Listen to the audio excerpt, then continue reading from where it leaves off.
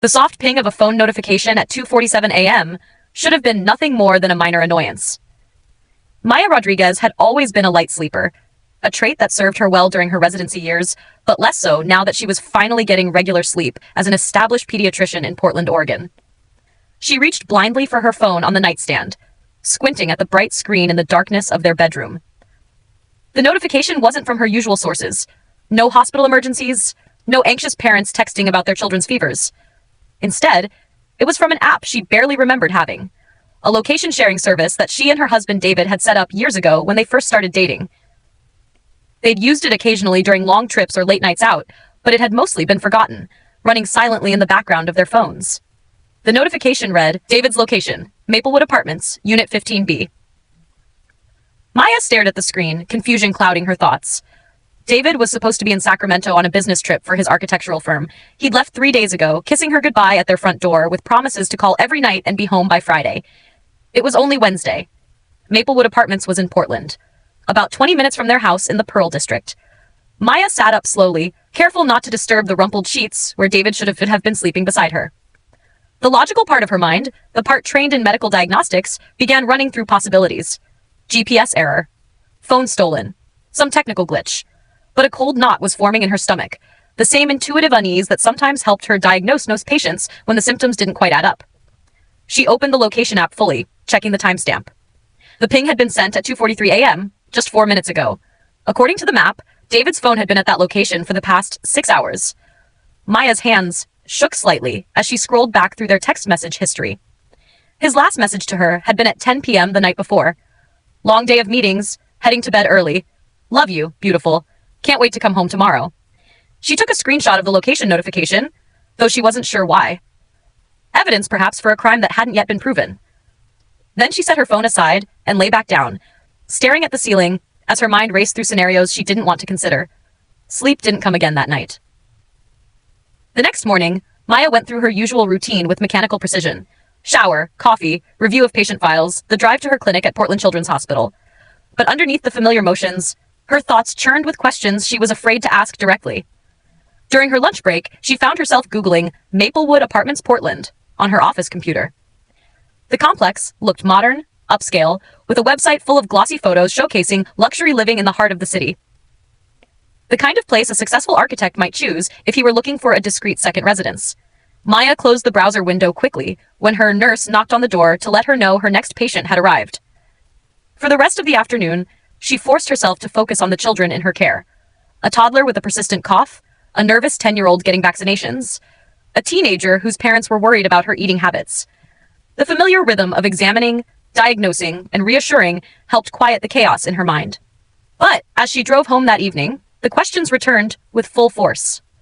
Their house in the Pearl District was a converted warehouse loft that David had renovated himself when they'd first gotten married 5 years ago. It was beautiful, with exposed brick walls, soaring ceilings, and huge windows that flooded the space with light. Maya had always loved coming home to it, but tonight it felt different. Emptier, as if secrets lived in the shadows between the carefully designed spaces.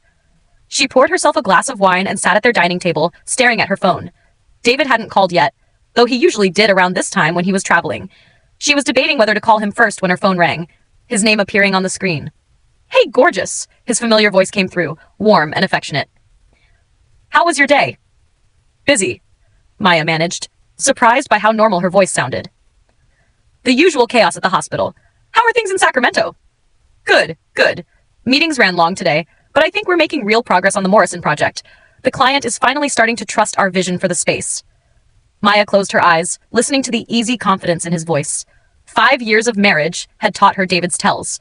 The slight uptick in his tone when he was excited about work, the way he tapped his fingers when he was nervous, the particular laugh he reserved for her terrible jokes. None of those tells suggested he was lying. "That's great," she said. "I'm proud of you. This project means a lot to your firm." "It really does. Elena thinks if we nail this one, we'll be in line for some major commercial contracts next year." Elena Martinez was David's business partner and best friend from architecture school. Maya had always liked her. She was sharp, funny, and had an infectious passion for sustainable design that matched David's own interests. The three of them often had dinner together when Elena was in town. "Speaking of Elena," Maya ventured carefully, "is she there with you?" "No, she's holding down the fort here in Portland. This trip is all me trying to charm difficult clients." David chuckled. Though I have to say, Sacramento's restaurant scene is not what you'd call inspiring. I miss your cooking. Another lie. If David was in Sacramento, why had his phone pinged from a Portland apartment at 2:43 a.m.? I miss you too, Maya said softly. When do you think you'll be home tomorrow? Probably late afternoon. My last meeting is at 2, so if I can catch a 4 p.m. flight, I should be home by 6. Sound good? Perfect. I'll make your favorite pasta. You're the best, Maya. I love you. I love you too. After they hung up, Maya sat in the growing darkness of their loft, wine untouched. The conversation had felt completely normal, filled with the easy intimacy of a couple who'd been together for 8 years, married for 5. If she hadn't seen that location notification, she would never have suspected anything was wrong. But she had seen it, and now every word David had spoken felt like a potential lie. Maya spent Thursday in a state of suspended anxiety.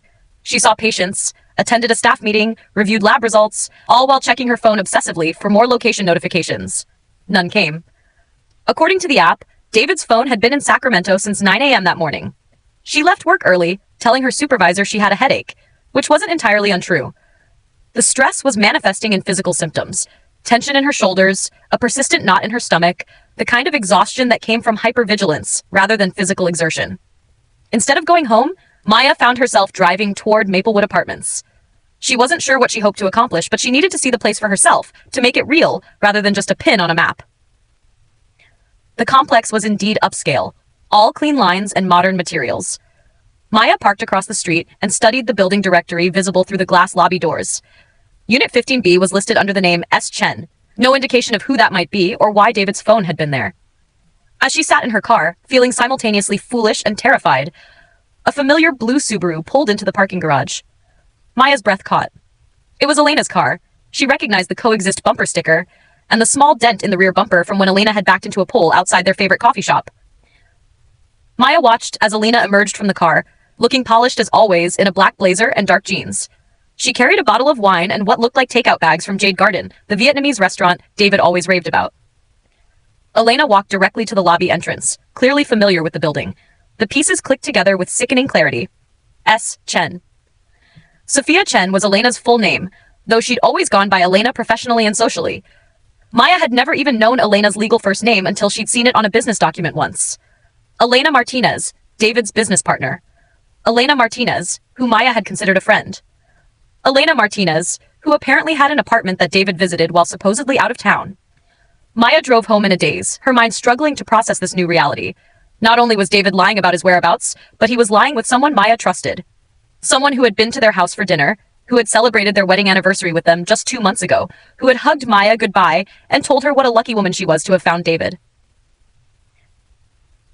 That evening, David called at his usual time, full of stories about difficult clients and restaurant disappointments in Sacramento. Maya listened, responding at appropriate intervals while studying his face on their video call for any signs of deception. He looked tired, but happy, sitting in what appeared to be a generic hotel room. "Can't wait to see you tomorrow," he said as they were saying goodbye. "I have something special planned for this weekend." "Oh, what kind of something special?" David grinned. "It's a surprise, but I think you'll love it." After ending the call, Maya poured herself another glass of wine and tried to imagine what David's surprise might be. Dinner at an expensive restaurant? A weekend getaway? Or maybe he was planning to end things with Elena and confess everything, begging for forgiveness and a chance to rebuild their marriage. The optimistic scenario felt like wishful thinking. If David had been planning to come clean, would he really have been at Elena's apartment just 2 nights ago? Maya barely slept again that night, running scenarios and conversations in her head. Should she confront David directly? Follow him to see where he really went? Hire a private investigator? The medical training that made her so good at methodical diagnosis seemed useless when applied to her own life. Friday afternoon arrived with Pacific Northwest drizzle, the kind of gray, persistent rain that made Portland feel like a city wrapped in melancholy. Maya left work on time, stopping at the grocery store to buy ingredients for David's favorite mushroom carbonara, despite her lack of appetite. She was in the produce section, absently selecting mushrooms when her phone buzzed with a text from David. "Flight delayed. Won't be home until 8. So sorry, beautiful. Can't wait to hold you." Maya stared at the message, then opened the location app. David's phone showed him at PDX Airport, Portland International, which made sense if he was catching a flight home from Sacramento, except Maya was almost certain he'd never left Portland in the first place. She finished her shopping and drove home. Her movements automatic while her mind worked through the implications. If David was maintaining such an elaborate deception, this wasn't a casual affair or a moment of weakness. This was a sustained, calculated betrayal that had been going on for who knew how long. At home, Maya cooked the carbonara with methodical precision, focusing on each step to keep her anxiety at bay. Sauté the pancetta until crispy. Whisk eggs with parmesan.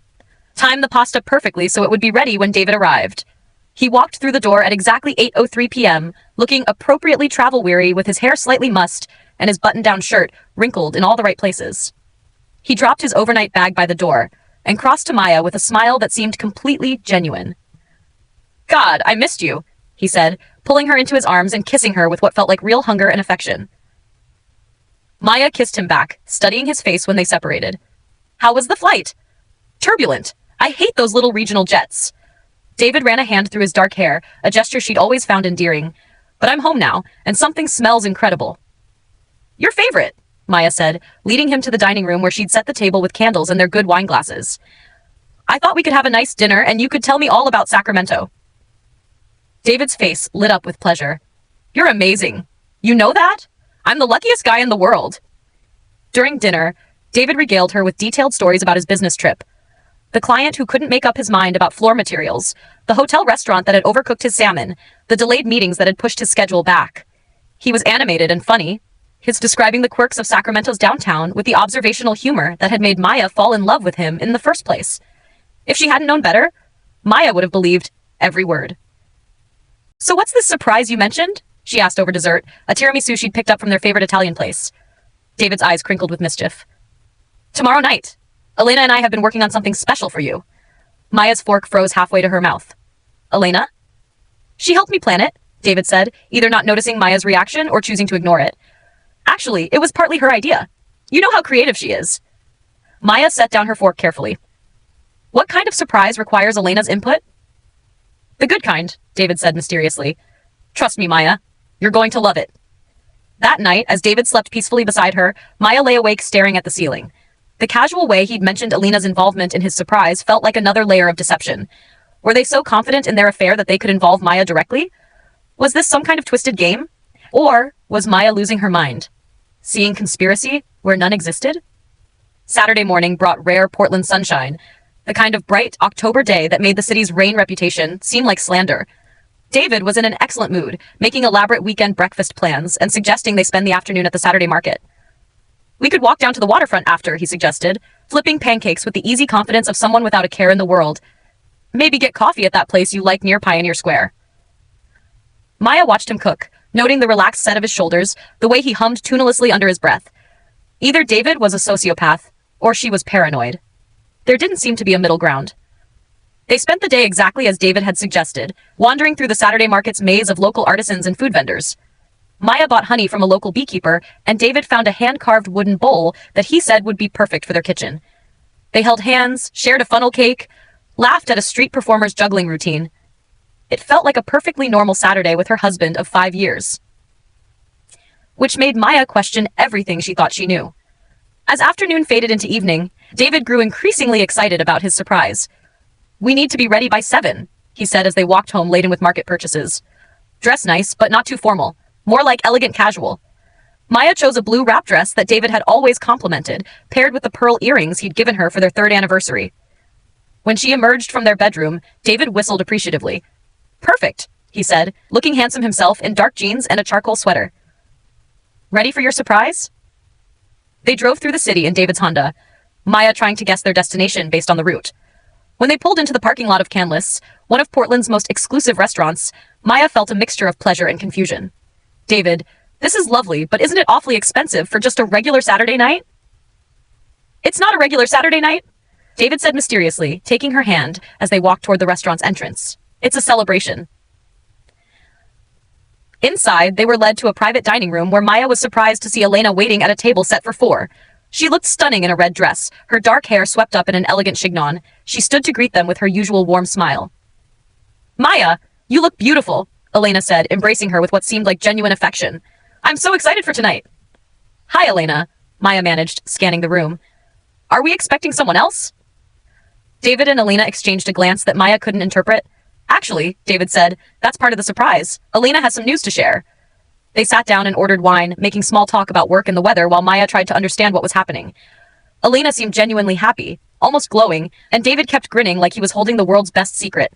Finally, as their appetizers arrived, Elena leaned forward with a radiant smile. Maya, I wanted you to be one of the first to know. I'm pregnant. Maya felt the world tilt slightly. Pregnant? That's wonderful, Elena. I had no idea you were even seeing anyone seriously.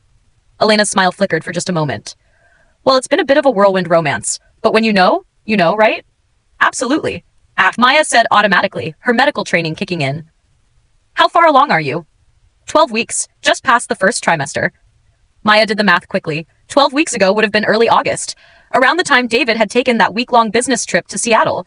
The trip where he'd been unreachable for large chunks of time, claiming the client was demanding and the schedule was brutal. And the father? Maya asked, though she was beginning to suspect she already knew the answer. Elena's eyes met David's across the table, and in that shared glance, Maya saw everything she needed to know. The tenderness, the intimacy, the quiet communication of two people deeply connected.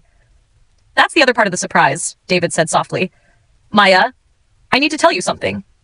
The restaurant's ambient noise, clinking glasses, muted conversations, the soft jazz playing overhead, seemed to fade into silence. Maya felt strangely detached, as if she were watching this scene unfold from outside her own body. Elena and I, David continued, reaching across the table to take Elena's hand. We've fallen in love. Maya stared at their joined hands, noting the way David's thumb traced gentle circles on Elena's wrist, the same gesture he'd always made with her. How long? Maya heard herself ask. Since January, Elena said quietly. We didn't plan it, Maya. It just happened. January. 10 months. Nearly their entire marriage's 5th year had been a lie. We wanted to tell you together, David said, his voice careful and measured. We wanted you to understand that this isn't about anything you did wrong. You're an incredible woman, Maya. Any man would be lucky to have you. But you don't want to be that man anymore, Maya said, surprised by how steady her voice sounded. David had the grace to look ashamed. I want to be honest with you.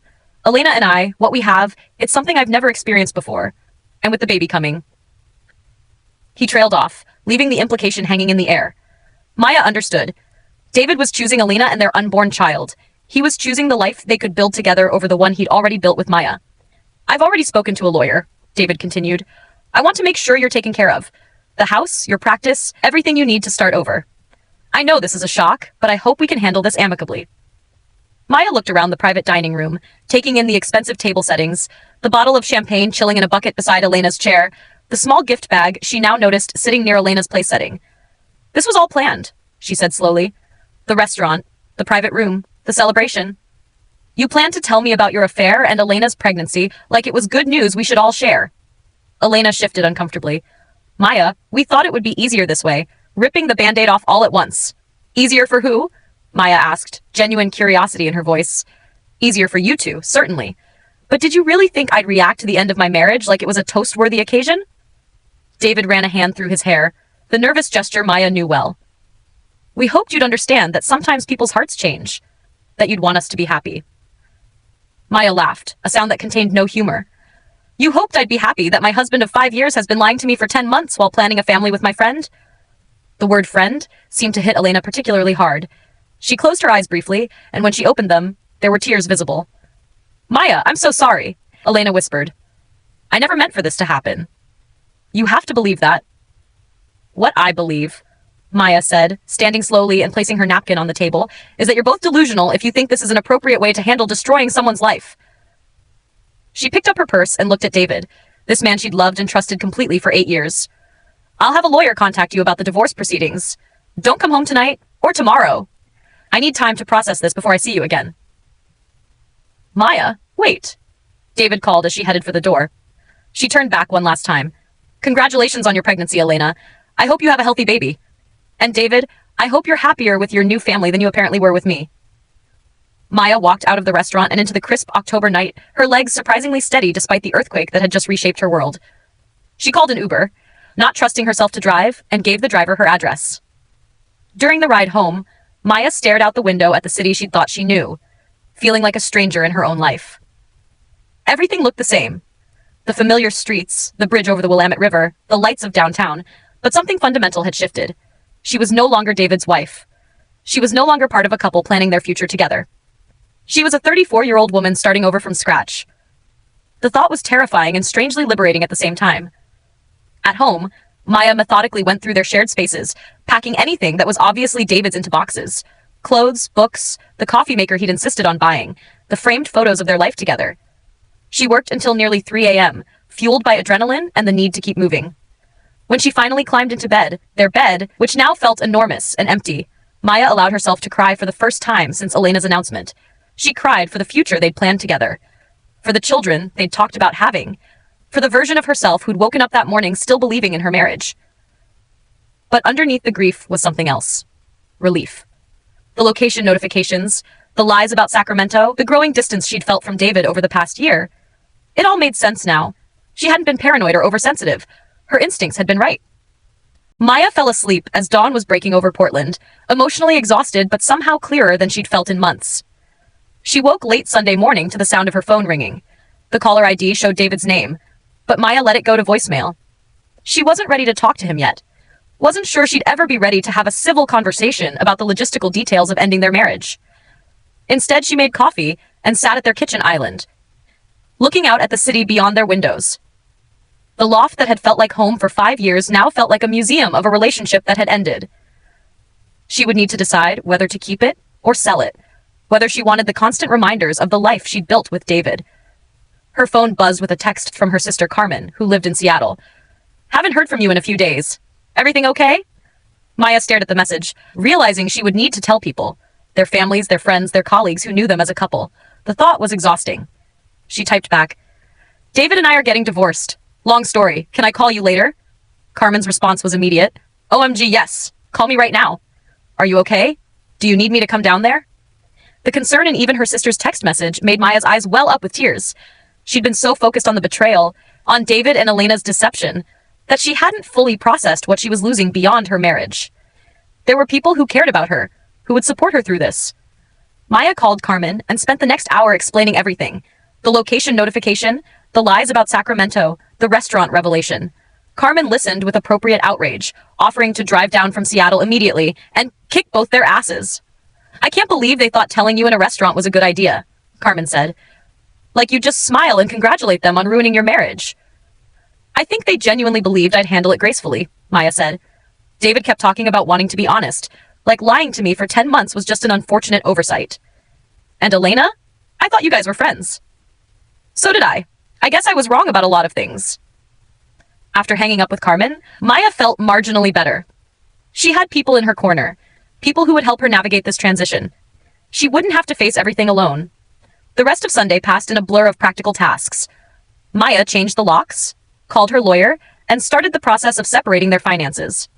She also called her supervisor at the hospital to request a few personal days, explaining only that she was dealing with a family emergency. David tried calling several more times, but Maya wasn't ready to talk to him yet. She needed time to process her feelings before she could discuss things like custody schedules for their non-existent children and who would keep which wedding gifts.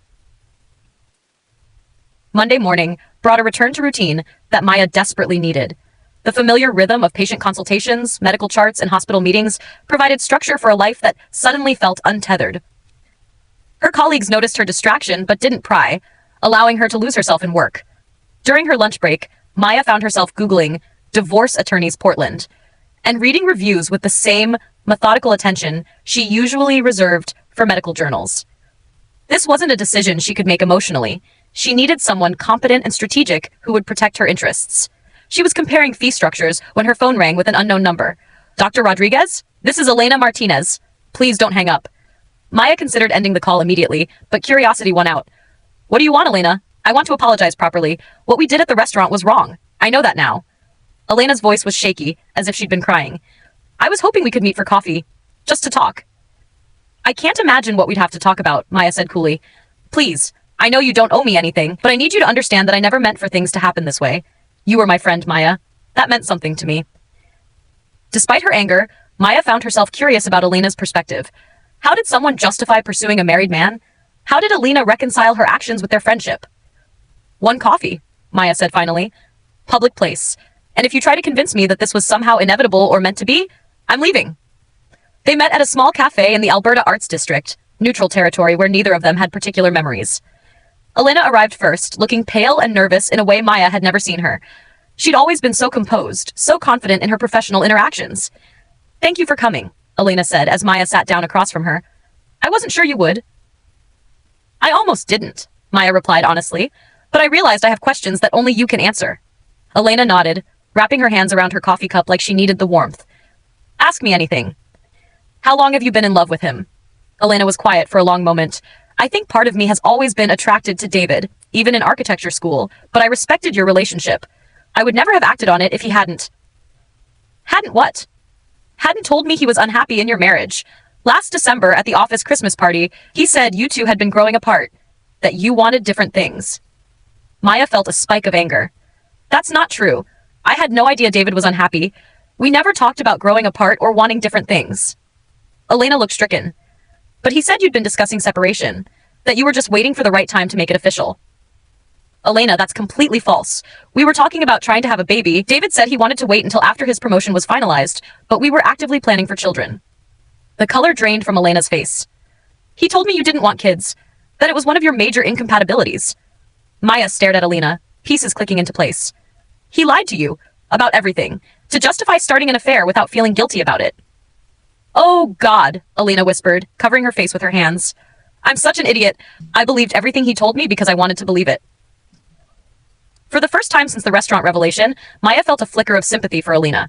She'd been manipulated too, fed lies that made her feel like she was helping David escape an unhappy marriage rather than destroying a happy one. The pregnancy, Maya said carefully. Was it planned? Elena shook her head, tears spilling over. It was an accident. But when I told David, he seemed so happy about it. He said it was a sign that we were meant to be together. And that's when you decided to tell me? He said we couldn't keep living a lie, that you deserved to know the truth so you could move on with your life. Elena's voice was barely audible. God, Maya, I'm so sorry. I thought I was doing the right thing.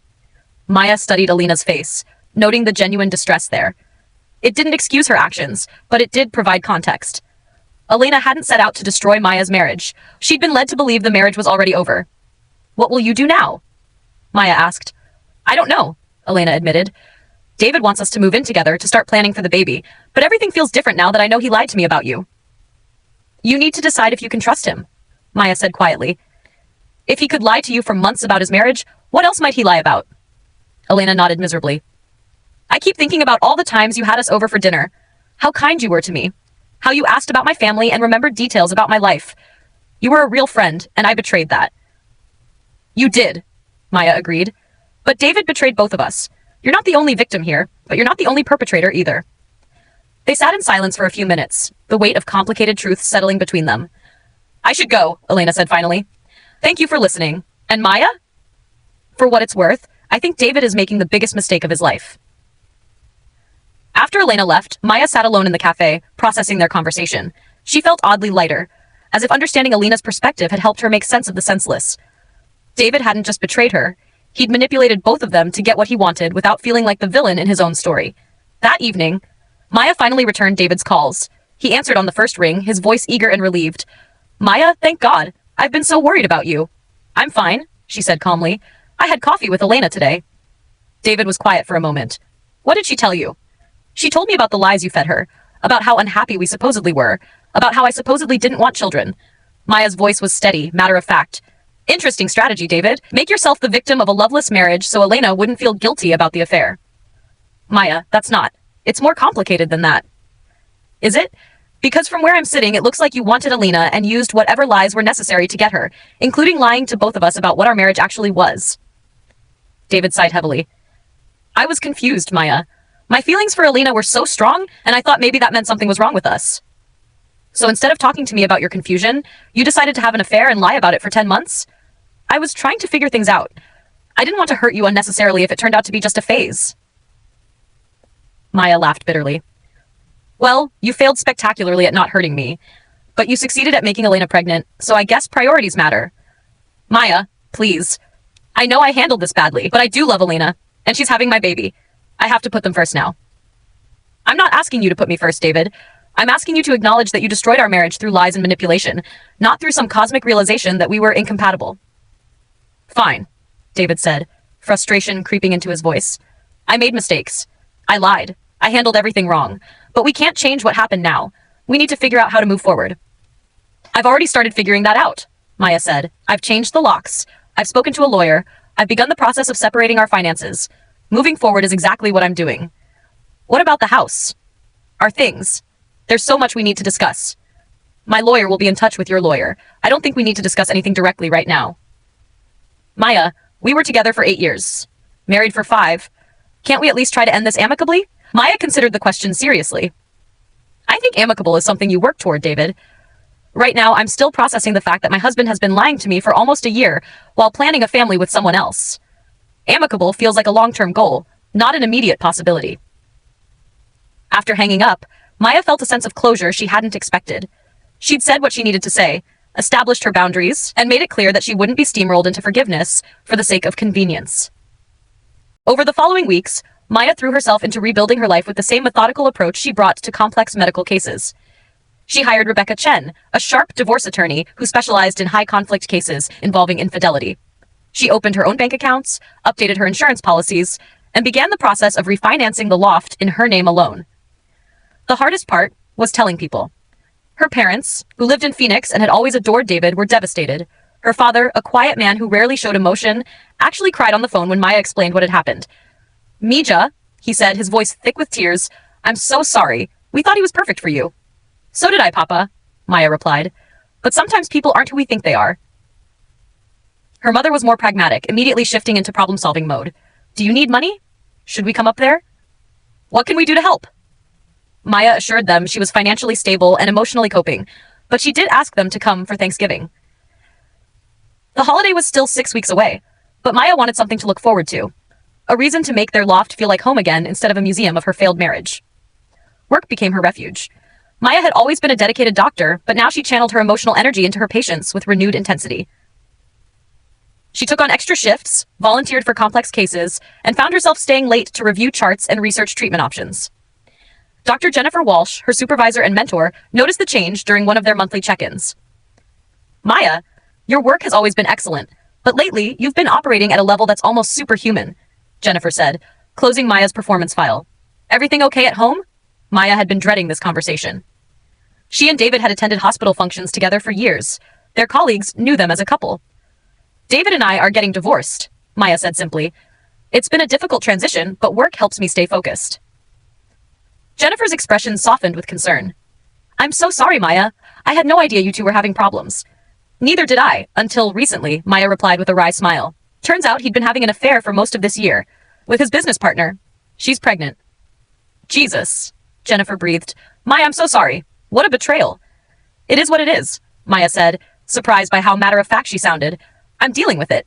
Well, if you need any time off or if you want to talk to someone in employee assistance, just let me know. And Maya, don't let this experience make you cynical about relationships. Not all men are like David. Maya appreciated Jennifer's concern, but the truth was, she wasn't thinking about future relationships at all. The idea of trusting someone that completely, again, felt impossible. For now, she was focused on rediscovering who she was as an individual, rather than as half of a couple. 3 weeks after the restaurant confrontation, Maya came home from a particularly long day at the hospital to find Elena sitting on the steps outside her building. She looked smaller somehow, wearing jeans and an oversized sweater, her usually perfect hair pulled back in a simple ponytail. I know you don't want to see me, Elena said, standing as Maya approached. But I needed to tell you something. Maya sighed, exhaustion making her less guarded than usual. What is it, Elena? I ended things with David. Maya blinked in surprise. What? I couldn't stop thinking about our conversation at the cafe, about how he lied to both of us. Elena's voice was shaky, but determined. I realized that if he could lie to you so easily about something so fundamental, how could I ever trust him with the truth about anything? What about the baby? Elena's hand moved instinctively to her still flat stomach. I'm still pregnant. I'm going to raise the baby on my own. Maya studied Elena's face, noting the resolve there despite the obvious fear. That's a big decision. It is, but I can't build a life with someone I don't trust. And David. Elena shook her head. When I told him I was ending things, he got angry. Really angry. He said I was being emotional and irrational, that I was throwing away our future because of guilt over you. How did you respond to that? I told him that guilt was the least of my concerns, that I was more worried about the fact that he seemed incapable of taking responsibility for his own actions. Elena met Maya's eyes. He blamed you, Maya, for not being the wife he needed, for not recognizing that he was unhappy. Even after everything, he couldn't admit that he was the one who chose to lie and cheat. Maya felt a mixture of vindication and sadness. She was right about David's character, but it was depressing to have her worst suspicions confirmed. I'm sorry he reacted that way, Maya said, but I'm glad you see him clearly now. I'm pregnant with his child, Elena said quietly. I'll have to deal with him for the rest of my life because of that. But at least I won't have to live with him. They stood in comfortable silence for a moment, two women who had been manipulated by the same man finally seeing each other clearly. Elena, Maya said finally, I can't pretend we're going to be friends again.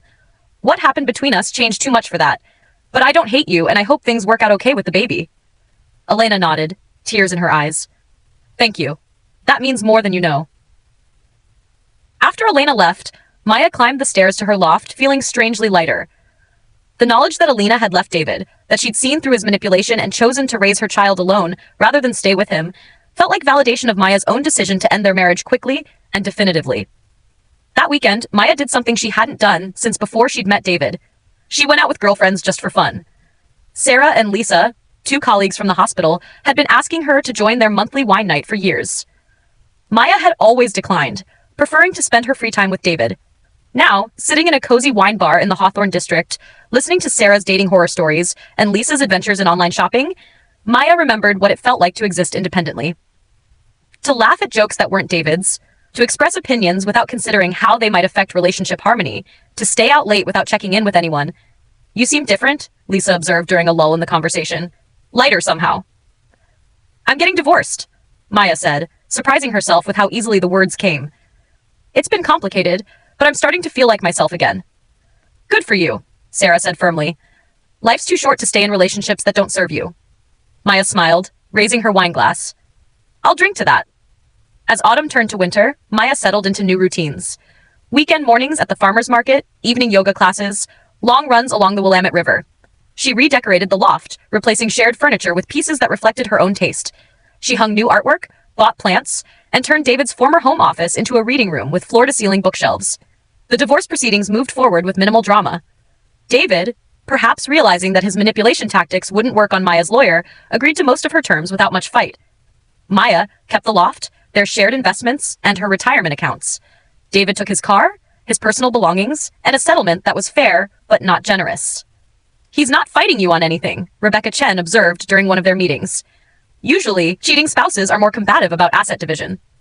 I think he feels guilty, Maya replied, or maybe he just wants this over with so he can move on with his life.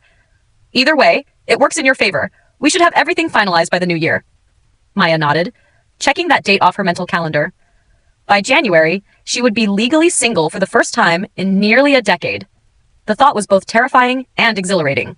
Christmas approached with surprising speed. Maya's parents came to Portland as planned, bringing warmth and love and her mother's famous tamales. They were careful not to mention David unless Maya brought him up first, but their concern for her was evident in the way they hovered slightly, offering to help with everything from grocery shopping to hanging Christmas lights. Misha, you seem good, her father said on Christmas Eve as they sat by the fireplace Maya had barely used when David lived there. Stronger. I feel stronger, Papa.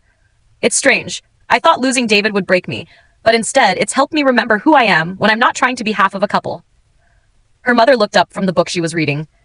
Your father and I, we were worried you'd been too dependent on David, too willing to shape yourself around what he wanted. Maya considered this. I think you're right.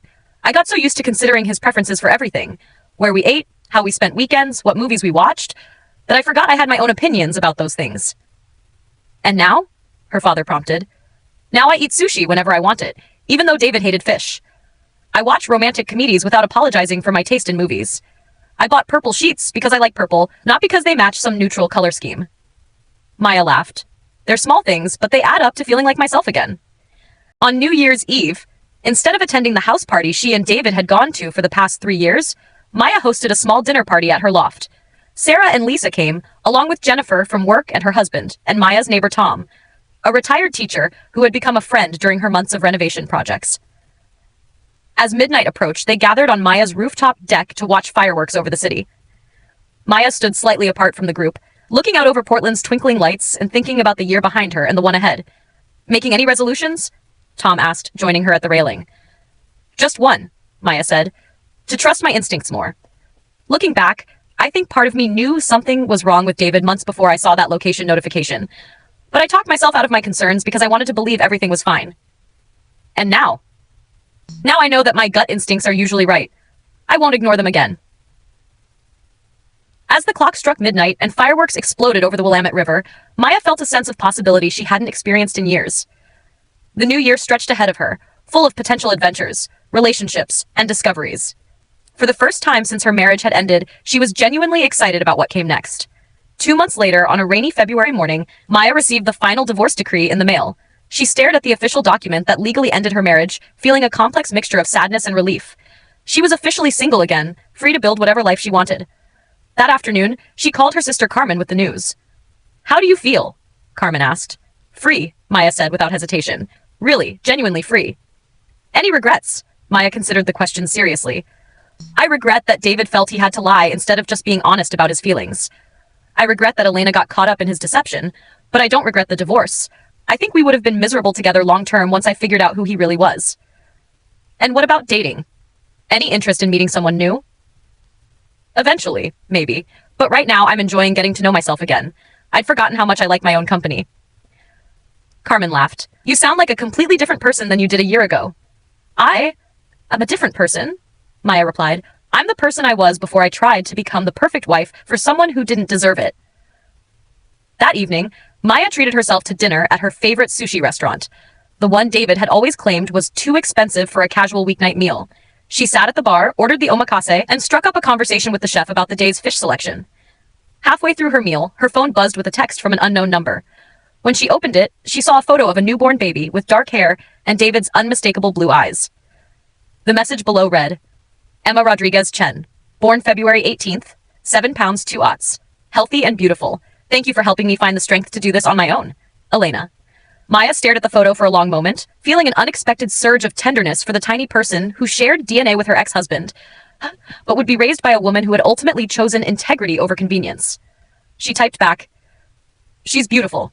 Congratulations on your courage, Elena. You're going to be an amazing mother." Maya put her phone away and returned to her dinner, savoring each bite of perfectly prepared fish. Outside, Portland's winter rain drummed against the restaurant's windows, but inside, Maya felt warm and content and completely at peace with the path her life had taken. She had lost a husband and gained herself. In the end, it felt like the better deal. 6 months later, Maya stood in her bathroom, looking at her reflection as she got ready for a first date. Dr. Marcus Williams, a pediatric surgeon who had recently joined the hospital staff, had asked her to dinner after weeks of what Maya had finally recognized as mutual flirtation during their professional interactions. She'd said yes, surprising herself with how ready she felt to explore the possibility of romance again. Not because she was lonely or desperate to replace David, but because she was curious about what dating might be like now that she knew herself so much better. Maya chose a green dress that brought out her eyes, paired with boots that were comfortable enough for walking, but elegant enough for a nice restaurant. As she applied lipstick, she thought about how different this felt from getting ready for dates with David all those years ago. Then, she'd been nervous about impressing him, about being the kind of woman he would want to be with. Now, she was curious about whether Marcus would be the kind of man she wanted to spend time with. Her phone buzzed with a text from Marcus. "Looking forward to tonight. Fair warning, I make terrible jokes when I'm nervous." Maya smiled and typed back, "Good thing I have an excellent sense of humor. See you at 7. As she grabbed her purse and headed for the door, Maya caught sight of herself in the hallway mirror. She looked confident, content, genuinely happy. The woman in the reflection bore little resemblance to the anxious, confused person who had stared at a location notification 18 months ago, trying to make sense of information that didn't fit her understanding of her life. That woman had been living someone else's version of her story. This woman was writing her own. Maya turned off the lights and locked the door behind her, stepping out into the Portland evening with excitement buzzing in her chest. She didn't know if Marcus would turn out to be significant or just a pleasant dinner companion. She didn't know what the next year would bring. Or the next 5 years, or the next decade. But for the first time in longer than she could remember, that uncertainty felt like an adventure rather than a threat. And that, Maya thought as she walked toward her car, was perhaps the most valuable thing she'd gained from the ashes of her marriage. The knowledge that she could handle whatever came next, because she finally knew and trusted herself completely. The red location notification that had shattered her world had also set her free. And freedom, Maya had discovered, was worth any amount of temporary pain. As she drove through the city toward her date, Maya smiled at her reflection in the rearview mirror. The woman looking back at her was someone she genuinely liked, someone she was proud to be, someone who had learned that the most important relationship she would ever have was the one with herself. And that realization, born from betrayal and nurtured through months of intentional healing, felt like the beginning of everything rather than the end.